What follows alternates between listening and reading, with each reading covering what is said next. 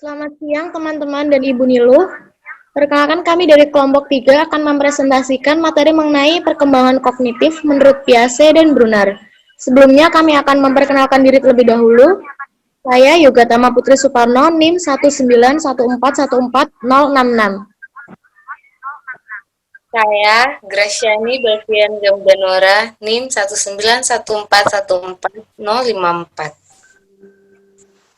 Saya Sri Andriani Silvia, NIM 191414058. Saya Altia Berliana, NIM 191414069. Baik, kami akan memulai presentasinya. Yang pertama yaitu pemikiran Piaget tentang perkembangan mental. Jean Piaget lahir pada tanggal 9 Agustus tahun 1896 di kota Neuchâtel, Switzerland, sebagai ahli biologi dan kemudian menjadi psikolog. Dari bidang biologi, dia mendapatkan dua kecenderungan fundamental. Yang pertama ada beradaptasi, di mana dalam proses ini ada asimilasi dan ekuilibrasi. Dan yang kedua ada organisasi atau penataan, di mana di proses ini manusia menghubungkan dua struktur yang diperoleh, yaitu pengetahuan lama dan pengetahuan baru yang digabungkan menjadi satu. Dari adaptasi dan organisasi adanya tiga konsep yang mendasar. Yang pertama ada intelijensi, yang kedua ada skemata, dan yang ketiga ada asimilasi dan akomodasi. Nah, yang pertama adanya intelijensi. Intelijensi merupakan tindakan cerdas, sedangkan skemata merupakan potensi yang dengan cara tertentu.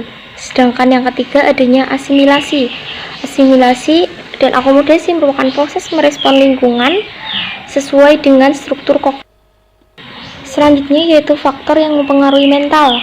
Yang pertama adanya faktor kematangan, di mana faktor kematangan atau organic growth atau maturation itu merupakan faktor yang berhubungan dengan pematangan sistem syaraf dan kelenjar endokrin. Sedangkan faktor yang kedua yaitu faktor pengalaman. Ada dua faktor pengalaman, yaitu faktor pengalaman fisik dan faktor pengalaman logika matematis. Dan yang ketiga yaitu faktor transmisi sosial, di mana di dalam faktor ini melibatkan penyampaian pengetahuan melalui bahasa yang dimiliki. Yang keempat yaitu faktor ekuilibrasi. Faktor ini berhubungan dengan keseimbangan koordinasi dari ketiga faktor sebelumnya. Selanjutnya, saya akan mempresentasikan teori perkembangan kognitif menurut Piaget. Menurut Piaget, anak akan belajar maksimal sesuai dengan tahap perkembangannya. Terdapat 4 tahap perkembangan anak berdasarkan usia perkembangan. Pertama, sensori motor stage atau tahap sensori motor.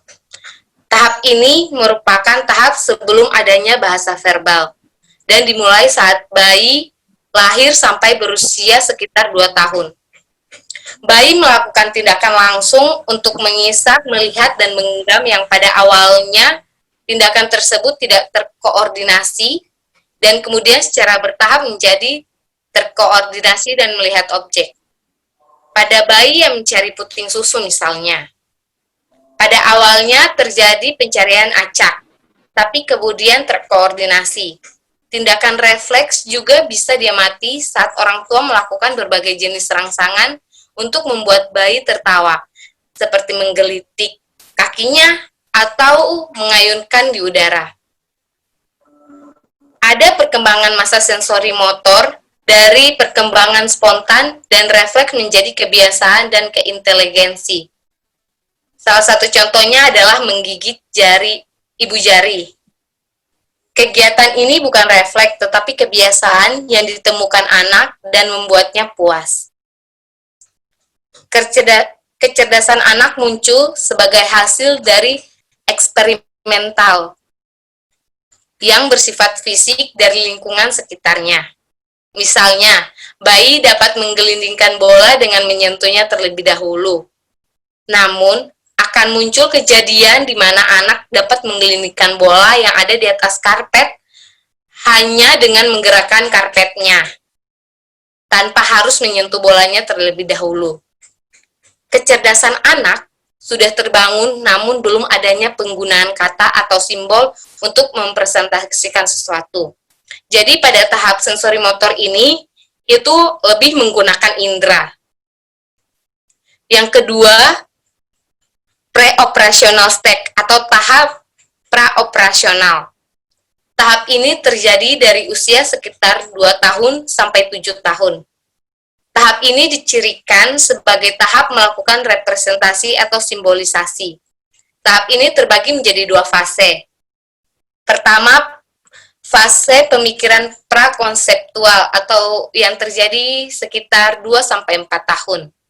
Pada fase ini, anak-anak mulai membentuk konsep sederhana dengan mengklarifikasi benda-benda dalam kelompok tertentu berdasarkan kemiripannya. Namun, demikian dalam konsep tersebut. Misalnya, semua laki-laki adalah ayah, atau semua perempuan adalah ibu. Logika mereka tidak induktif atau deduktif, tetapi transduktif. Contohnya, sapi adalah hewan besar berkaki 4. Bagi mereka, apapun hewan besar berkaki 4 adalah sapi. Yang kedua, fase pemikiran intuitif yang terjadi sekitar 4-7 tahun.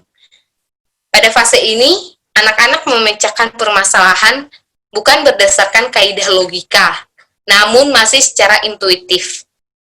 Ciri yang paling menonjol adalah adanya kegagalan untuk mengembangkan konservasi, kemampuan untuk menyadari bahwa panjang, jumlah, luas, atau volume tetap sama walaupun direpresentasikan dalam wadah bentuk yang berbeda. Misalnya, seorang anak ditunjukkan 2 gelas berisi air dengan bentuk dan volume yang sama. Air di salah satu gelas dituangkan ke gelas lain yang lebih tinggi. Anak pada tahap perkembangan ini akan menyatakan bahwa dalam gelas yang lebih berisi tinggi, lebih banyak air dibandingkan gelas yang lebih pendek. Padahal air dalam gelas tinggi sama volumenya dengan gelas yang pendek. Ini dikarenakan anak secara mental belum bisa membalikan operasi kognitif dan baru akan muncul di tahap berikutnya. Yang ketiga, concrete operational stage atau tahap operasional konkret. Perkembangan ketiga terjadi sekitar usia 7 tahun sampai dengan 12 tahun.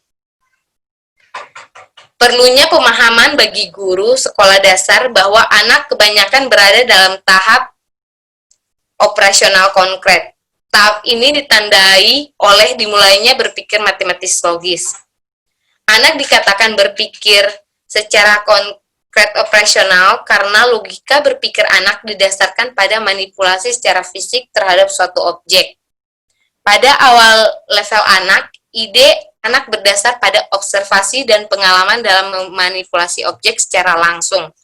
Tetapi anak akan memulai generalisasikan manipulasi objek secara knowing, atau ketika proses ini lengkap dan benar, anak berhasil dalam tahap konkret operasional. Anak dapat mengembangkan konversi dan membalikan operasional kognitif. Misalnya mengatakan bahwa air dalam gelas akan tetap sama walaupun dituangkan dalam gelas yang lebih tinggi dan sebaliknya. Kemampuan mengelompokkan, mengurutkan, dan menangani konsep angka, kemampuan spasial geometri, dan melakukan operasi dasar maupun logika dalam matematika semakin memadai. Tahap ini juga membuat struktur matematika Piaget yang disebut dengan grouping atau pengelompokan. Atau pada tahap ini ada wujud benda nyata. Yang keempat, formal operational stage atau tahap operasional formal. Tahap ini merupakan tahap terakhir yang bisa terlihat ketika anak berusia 12-14 atau 15 tahun. Anak sudah menggunakan alasan atau hipotesis dengan memanfaatkan simbol atau ide daripada menggunakan objek secara fisik. struktur matematis yang baru memuat proporsi atau logika seperti implikasi, disjungsi, konjungsi, biimplikasi atau resiprokal, dan sebagainya. Anak mampu untuk menggeneralisasikan relasi atau klasifikasi, kombinasi, dan permutasi. Selanjutnya, implikasi teori Piaget dalam pembelajaran matematika. Pertama, guru perlu memperhatikan usia perkembangan kognitif siswa dalam pembelajaran matematika, karena setiap siswa melalui tahap perkembangan yang sama, tetapi kecepatannya berbeda-beda. Penerimaan terhadap perbedaan kemajuan perkembangan ini juga perlu diantisipasi oleh guru. Guru sebaiknya mempersiapkan beraneka ragam kegiatan yang memungkinkan anak untuk berkembang sesuai kecepatan yang dimiliki, seperti melakukan kegiatan belajar di luar kelas atau pembelajaran menggunakan alat peraga. Guru sebaiknya menciptakan pembelajaran yang dapat membangun inisiatif dan keterlibatan siswa. Misalnya membuat kelompok diskusi, kemudian guru memberikan masalah agar siswa tersebut dapat berpikir bagaimana untuk memecahkan masalah tersebut, agar terdapat interaksi tanya-jawab antara guru dan siswa. Dalam mempelajari matematika, pemahaman dan penguasaan materi matematika sangat dipengaruhi oleh tahap perkembangan anak. Untuk melakukan penjumlahan sampai anak berusia 6 tahun atau 7 tahun masih kesulitan jika berpikir bolak-balik. Anak cenderung mencoba-coba atau melakukan trial and error dengan melakukan tindakan manipulatif atau peragaan dengan benda nyata untuk menentukan jika 3 tambah 5 sama dengan 3 tambah 2 sama dengan 5, maka 5 sama dengan 3 tambah 2. Selanjutnya, saya akan menjelaskan teori kognitif menurut Brunner. Teori kognitif menurut Brunner ini berbeda dengan teori kognitif menurut Piaget. Mendengar kata Brunner memang sudah tidak asing lagi di telinga kita. Nama lengkap Brunner ini yaitu Jerome Seymour Brunner. Ia lahir di New York pada tanggal 1 Oktober 1915. Brunner adalah salah satu pencetus utama psikologi kognitif dan konstruktivitis yang memberikan pandangan mengenai perkembangan kognitif manusia, bagaimana manusia memperoleh dan mentransformasikan pengetahuan.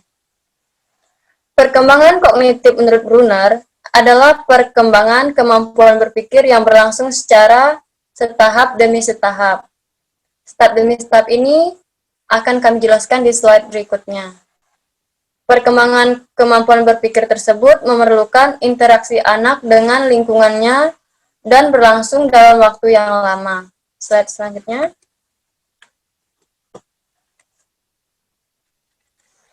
Karena perkembangan berpikir tersebut memerlukan interaksi yang waktu yang lama,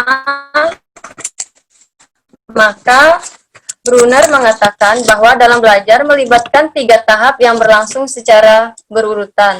Yang pertama, tahap enaktif. Tahap enaktif ini, anak belajar melalui pengalaman nyata atau terlibat langsung dalam mengotak-atik suatu objek. Anak belajar suatu pengetahuan dengan menggunakan benda-benda konkret dan dalam situasi belajar yang nyata. Anak akan memahami sesuatu dengan melakukan sesuatu. Contohnya, untuk mempelajari konsep bilangan pecahan, anak bisa menggunakan buah semangka yang dibagi sama besar. Tahap kedua yaitu tahap ikonik. Tahap ikonik merupakan suatu tahap di mana anak membangun pengetahuan dengan cara mempresentasikan objek yang telah dimanipulasi. Wujud representasi pengetahuan bisa berupa gambar atau diagram yang menggambarkan situasi konkret atau suatu yang nyata ataupun yang sangat sesuai. Dan Tahap ini juga seperti siswa melihat dunia dengan melalui gambar-gambar dan visualisasi. Selanjutnya itu tahapan simbolik. Tahapan simbolik. Pada tahapan ini, anak sudah tidak lagi terlibat dengan objek-objek seperti pada tahap sebelumnya. Anak pada tahap ini sudah mampu menggunakan notasi tanpa ketergantungan terhadap objek real, dengan menggunakan representasi dalam bentuk simbol-simbol abstrak. Contohnya, lambang-lambang atau simbol-simbol pada matematika, yaitu seperti sama dengan, kali, pembagian, dan kurang, itu sudah sangat abstrak. Tanpa melihat lagi, pasti sudah di pikiran anak tersebut. Slide selanjutnya. Baik, saya akan menjelaskan mengenai teori Brunner dalam pembelajaran matematika. Jadi, di sini selain mengembangkan teori perkembangan kognitif yang sudah dijelaskan oleh Sylvia sebelumnya, Brunner juga mengemukakan teori yang berkaitan dengan pengajaran matematika. Nah, teori ini disebut dengan teorema atau dalil. Nah, berikut ini ada 4 teorema atau dalil menurut Brunner. Yang pertama yaitu teorema konstruksi atau penyusunan atau construction theorem. Jadi dalam teorema ini dikatakan bahwa cara yang baik untuk seseorang siswa mempelajari konsep matematika adalah dengan mengkonstruksi atau melakukan penyusunan sebagai sebuah representasi dari konsep matematika tersebut. Contohnya yaitu seperti perkalian. Perkalian itu merupakan penjumlahan beruntun atau penjumlahan berulang. Jadi contohnya saja 3 dikali 4. Itu siswa bisa melakukannya dengan sebuah percobaan menggunakan garis bilangan yang meloncat 3 kali dengan loncatan sejauh 5 satuan. Maka diperoleh hasil 15. Dengan mengulang percobaan serupa, maka siswa tersebut akan memahami bahwa konsep perkalian pada dasarnya merupakan penjumlahan berulang, seperti itu. Kemudian yang kedua yaitu teorema notasi atau notation theorem. Dalam teorema ini dikatakan bahwa representasi dari suatu materi matematika akan lebih mudah dipahami oleh siswa jika menggunakan sebuah notasi. Itu sesuai dengan perkembangan kognitifnya. Contohnya, untuk anak SD pada umumnya yang masih di tahap operasi konkret, ketika mereka menemukan soal berbunyi, tentukanlah sebuah bilangan yang jika ditambah 3 akan menghasilkan nilai 8. Seorang siswa SD akan lebih mudah memahami soal, jika hal tersebut dituliskan dalam bentuk notasi atau angka dan lambang seperti penjumlahan dan sama dengan, tidak dengan menggunakan kata-kata seperti yang tadi saya sampaikan sebelumnya. Terus yang ketiga yaitu teorema kekontrasan dan variasi atau contrast and variation theorem. Jadi dalam teorema kekontrasan dan variasi dikatakan bahwa seorang siswa akan lebih mudah memahami konsep matematika apabila konsep itu dikontraskan. Seperti apa maksudnya dikontraskan itu? Seperti misalkan bangun persegi panjang dan persegi, itu mereka akan mudah memahaminya jika ternyata persegi itu merupakan kejadian khusus dari persegi panjang, di mana persegi itu memiliki 4 sisi yang sama panjang, seperti itu. Jadi, seorang siswa akan lebih mudah memahami materi ketika seorang guru menyampaikannya dengan memberikan contoh yang termasuk dalam konsep yang disampaikan dengan konsep yang lain, sehingga konsep yang disampaikan itu menjadi lebih jelas, seperti itu. Kemudian untuk yang variasi.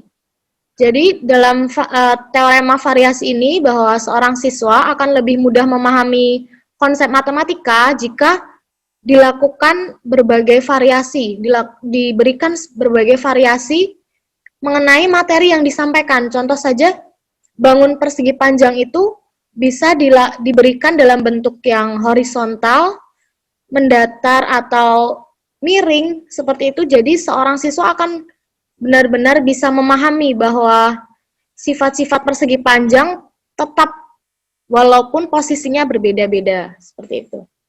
Kemudian yang keempat yaitu teorema konektivitas atau pengaitan, connectivity theorem. Dalam teorema konektivitas ini disebutkan bahwa setiap konsep yang ada di matematika ataupun prinsip-prinsip yang ada di matematika itu saling berhubungan atau memiliki keterkaitan satu sama lain. Nah, guru ini selain bertugas untuk menyampaikan materi, tetapi juga guru ini membantu siswa untuk mengaitkan atau menghubung-hubungkan dari prinsip-prinsip atau prinsip-prinsip ataupun konsep-konsep yang sudah dipelajari sebelumnya. Jadi pengetahuan siswa mengenai prinsip-prinsip dan konsep-konsep dalam matematika itu menjadi lebih utuh dalam sebuah struktur. Selanjutnya, saya akan menjelaskan mengenai aplikasi teori Brunner dalam pembelajaran matematika. Nah, teori pengajaran Brunner yang ini tidak hanya diterapkan dalam pembelajaran matematika, tapi juga bisa diterapkan dalam pembelajaran yang lainnya. Yang pertama yaitu memberikan informasi mengenai bagaimana menciptakan niat dan tujuan positif pada siswa. Jadi dalam hal ini seorang guru itu berperan untuk memberikan pengarahan kepada siswa sehingga memiliki tujuan yang positif dalam pembelajaran, seperti itu. Untuk yang kedua yaitu mengorganisasikan pengetahuan. Nah, di sini guru sebagai pendidik harus mentransformasikan materi yang diberikan dalam bentuk yang bermanfaat bagi siswa. Contoh saja, memberikan contoh penggunaan dalam kehidupan sehari-hari, sehingga siswa ini memiliki pengalaman dengan materi tersebut dalam kehidupan sehari-hari. Selanjutnya, yang ketiga, yaitu mengurutkan pengetahuan. Jadi, di sini Brunner memperkenalkan kurikulum spiral. Apa sih kurikulum spiral ini? Jadi, konsep dan topik yang diberikan kepada siswa ini bisa dimunculkan kembali pada tahapan yang lebih kompleks atau lebih rumit. Contoh saja, untuk materi aljabar ini sudah diberikan kepada seorang guru dari tingkat TK. Jadi, untuk tingkat TK ini, bagaimana cara memberikan materi aljabar itu dengan cara konsep numerik sebagai benda-benda nyata dalam ruang. Misalkan menghitung kursi, ada 2 kursi, 3 kursi, seperti itu. Terus, untuk tingkatan SD, mereka sudah memiliki aturan atau prosedur untuk visualisasi numerikal tertentu. Misalnya operasi penjumlahan, pengurangan, perkalian, dan pembagian. Nah, materi aljabar ini bisa diulang lagi, bisa dimunculkan lagi di tingkat SMP maupun di tingkat SMA dengan tingkat materi yang lebih abstrak, seperti itu. Kemudian yang keempat, yaitu setting kelas untuk memotivasi siswa dalam pembelajaran. Ini jadi seorang guru, seperti yang dilakukan oleh Brunner, menerapkan pembelajaran yang bersifat penemuan, atau yang disebut dengan discovery learning. Nah, di sini pembelajaran ini siswa diberikan kebebasan untuk menggunakan ide atau konsepnya sendiri. Contohnya saja, misalkan dalam menentukan jumlah kursi yang ada di bioskop, itu bisa menggunakan konsepnya sendiri, yaitu menghitung. Misal kursi di paling depan ada berjumlah 5, ditambah belakangnya 22, itu mereka bisa menghitung sendiri secara manual sehingga mereka bisa menemukan, oh ternyata polanya seperti ini, sehingga mereka menemukan rumusnya, yaitu rumus deret aritmatika, seperti itu. Dengan begitu, dengan siswa diberikan kebebasan untuk menggunakan konsepnya sendiri, maka siswa akan benar-benar memahami atau mengerti konsep dari pembelajaran matematika yang sedang mereka pelajari.